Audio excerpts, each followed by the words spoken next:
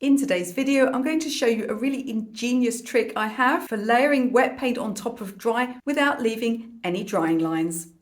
Welcome back to my channel. If you're new here, my name is Michelle. On this channel, you'll find all things watercolor, including drawing, mixed media, even a bit of business and motivation for artists too, all drawn from my experience of working and teaching in the real world in the art industry over the last 3 decades. Please do consider subscribing. If you click that little bell icon, you'll get notified every time I have a new video for you. I make at least one free video a week here on YouTube with extra content for Patreon subscribers. So they say there's nothing new under the sun, and there's probably nothing new here on YouTube. That said, I haven't seen anyone else teaching this technique. That's not to say that they haven't, but I haven't come across a video like this one. So first of all, I'm going to show you what can go wrong when you work on top of a pre-painted dry area. So if you're a complete beginner, you'll understand the concept of the video. After that, I'm going to show you this very, very special technique that I use all the time. I used it in this sky here. Do you see this painting I've just finished? I used it here in order to work on top of my sky multiple times in multiple layers without leaving any drying lines. And after that, I'm going to show you 2 specific examples. I'm going to show you how to use this in a sky, which is where I would most often use it, but it's also great for botanicals. I'm going to show you how to do that too. And keep watching until the end of this video, because at the end, I'm going to share 5 tips that are going to help you get the most from this technique and avoid any errors. So before we look at the solution, let's clarify what exactly is the issue. Now, I've drawn some sample boxes on this piece of paper here. If you're wondering why they're slightly different sizes to each other, the simple answer to that is that I'm a lot better at painting than I am at maths. Or math if you're American. So what I'm going to do is show you what happens when you paint on dry paper. Now, you probably already know this, but stay with me. If you're a complete beginner, however, this will be useful. So there we are, painting on dry paper, and you can see the outside of this area is pretty crisp and pretty hard edged. If we don't want that to happen, let's go on to sample 2. And what I'm going to do this time is something that's often done in watercolor, and that's to wet the surface first. But I'm not going to allow it to be particularly puddly. It's just going to be nice and damp. And then before it dries, I'm going to put my paint on the paper like so. And you see now we have a soft edge. Now, do you see where it's bleeding out in these tiny little sort of starbursts here? That's because the paint's a bit wet there. So if you want to get this soft edge and you want to control the paint, the thing to remember with this technique is that you need to apply the paint slightly drier than the water. So what do I mean by that? I mean that if the water has started to dry and it's just damp, and then you put dripping wet paint on, it's going to spread outwards very, very fast, because water tries to seek a level and wet paint will go to less wet areas, damp areas in other words. So in order to get this lovely soft effect and for the paint not to immediately run to the outside of the water, we need to make sure the paint we put on the damp paper is not too wet. So this works really well, as you can see. What about if you're going on top of an area that you've already painted? Now, it's still possible to do this, so let's look at that next.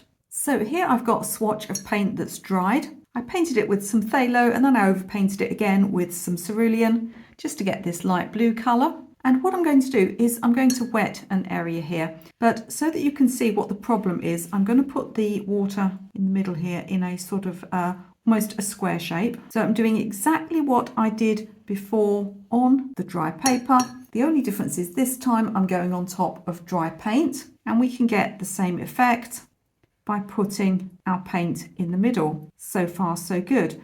Now, the problem with this is that sometimes as the water dries, it leaves a line. So we get a line around the outside edge of the water. I'm going to drop a photograph in at this point because I need to allow this swatch to dry for quite some time before we see this effect. You can see that you can actually see where I took the edge of the water. So the technique I'm going to show you today is going to help to mitigate against this somewhat. Now, to be clear, you wouldn't generally go onto an area like this and put water all the way around an outside edge. It would be more likely to be perhaps across one edge. And so once I've shown you the techniques, I'm going to show you some real life examples. This is a technique I use most often in skies. I'm going to show you how to avoid getting that drying line where you stopped the water. So next I'm going to show you this new technique. You're going to need a large soft brush for this. I could call it a dry brush technique, but then you might get confused with the actual commonly known technique of applying paint with a dry brush, and that's not what we're doing here. Now it doesn't really matter if your dry brush is a large, soft, round brush or a flat brush, but the bigger and softer, the better. So let me first show you the technique before we move on to real life examples. So I'm going to explain this technique and then I'm going to demonstrate it. So I've got just a ballpoint pen here and a piece of scrap paper. Now what normally happens, and where I'm scribbling here, this is your area of water. And what normally happens with your water is that you have an area that's wet. Imagine that's where the pen is. And then you have an area that's dry. And that's where the white paper is. So there's a real difference. We have this very wet area and this very dry area. There's a real difference between the two. And that's one of the reasons, it's not the only reason, but that's one of the reasons that you end up with a drying line around the outside of the edge of the water. So let's look at a different way of doing it. So this time I've got my water here and it's very wet. But what I'm going to do is I'm going to feather the edge of the water with a dry brush. And so what this means is that as we come out, the area gets drier and drier. So it's very wet in the middle, but the edges are fading to damp, damp, damp, less damp, less damp, less damp, before eventually going to the dry paper. Now, fading out these edges like this is going to mean you are much less likely to get a drying line. So how does that look on the paper? Let me show you. At this point in the video, can I quickly interject and ask you, could you just do me a favor and press that like button, please? YouTube rewards channels with audience interaction, so if you like, share, subscribe, or leave me a comment, YouTube will push this video out to more people. I'm trying to get to 100,000 subscribers at the moment. I'm so grateful to all of you who watch me on YouTube. And now let's get back to today's subject. So here I've got some brushes to choose from. I've got some ordinary painting brushes like these. I've got this really old brush here, but if I was working in a large area, it didn't have to be too accurate. That's a lovely soft brush for feathering the edge of the water. So let me show you what we're going to do.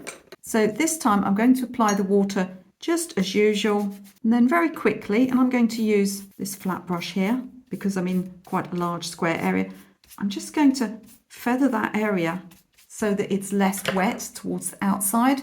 And then just like before, I'm going to put my paint on. Now that's just explained how to do it, but of course you can't see if it's working because we have no paint underneath it. I just went onto dry paper again. So in the next part of the video, I'll be showing you this technique as I would actually use it in a painting.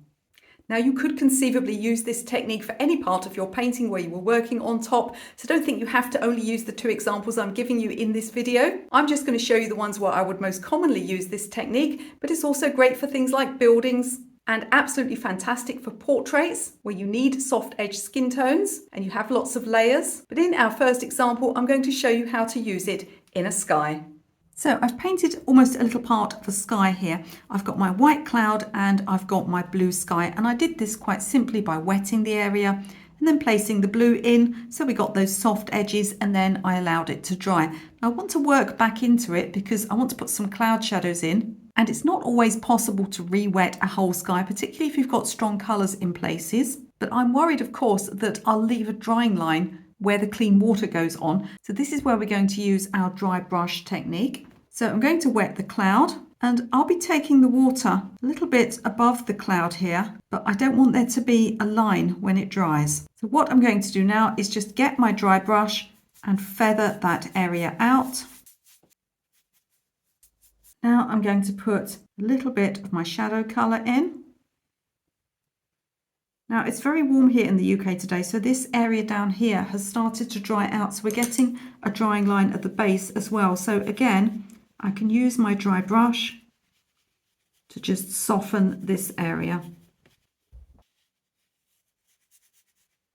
Let's do the same down the bottom here. I'm just going to sweep almost across from one side to the other here, just changing to a smaller brush. So just taking that dry brush, blending out those edges, placing in some shadow colour,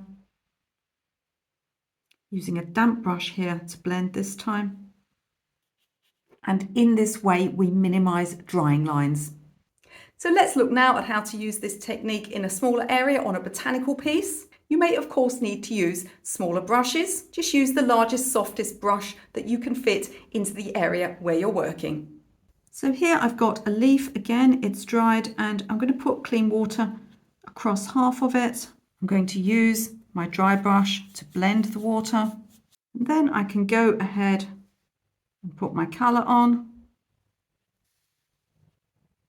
And of course helping the whole process by taking a damp brush along the edge and continuing to work with a dry brush where I need to, until I get a nice soft result. So at the beginning of the video, I offered you 5 extra tips for success with this technique, and here they are. Tip number 1 is to work on stretched paper, or at least a watercolor block. Anything that encourages your paint to puddle is not your friend. Tip number 2, for the exact same reason, is avoid using hot press or smooth paper. It's not going to help with feathering the edges of that area of water, and hot press paper is extremely difficult to work on. Always encourages paint to sit in puddles. There are specific reasons I might use hot press paper, but for the majority of watercolor painting, even if it's quite detailed, you do not need to be working on smooth or hot press paper. Tip number 3, as with any blending technique, you need to work quickly. So make sure you have everything set out ready to go, including your brushes, and I would put a couple of spare brushes out of those soft brushes too, because it's really easy. I've done it so often myself, thinking I'll keep this brush dry, and then before I know it, I've dunked it in my water, or indeed in my tea. So make sure you have plenty of spares ready to go. Tip number 4 is to use this mostly on areas that you have painted quite lightly underneath. It's not going to work well on areas where you've already got lots of layers, and it's especially not going to work well on top of opaque or semi-opaque pigments. Don't even think about trying it with gouache, because those opaque and semi-opaque pigments are very prone to lifting. So you want to stick to those areas where you have a lighter application of paint. And tip number 5, as I showed you during the painting examples, is don't put your paint on too wet. So once you've got that damp area and you've feathered that edge, you want to be putting the next colour on with very little water in it. If you put a drip of wet paint on the damp area, it's going to spread fast and it's likely to go off the edge of the water, and then all that feathering you've done won't work anyway. So make sure that the colour you put on second doesn't have too much water in it. So do let me know in the comments if you like this technique. Have you seen it taught by anyone before? To be honest, nobody taught it to me. I think it's just something that I discovered through my years of painting and teaching classes. Now, before you leave this video, don't forget to have a look in the video description. I've got some free downloadable PDF guides there that you can grab for no money whatsoever. There's even a little watercolor painting course that you can take for free. Now, all the clever painting techniques in the world will not rescue your work if your underdrawing is poor. I've got a video featuring the 10 most common drawing mistakes that I see beginners make. They're so easy to fix, and you can watch that video right now.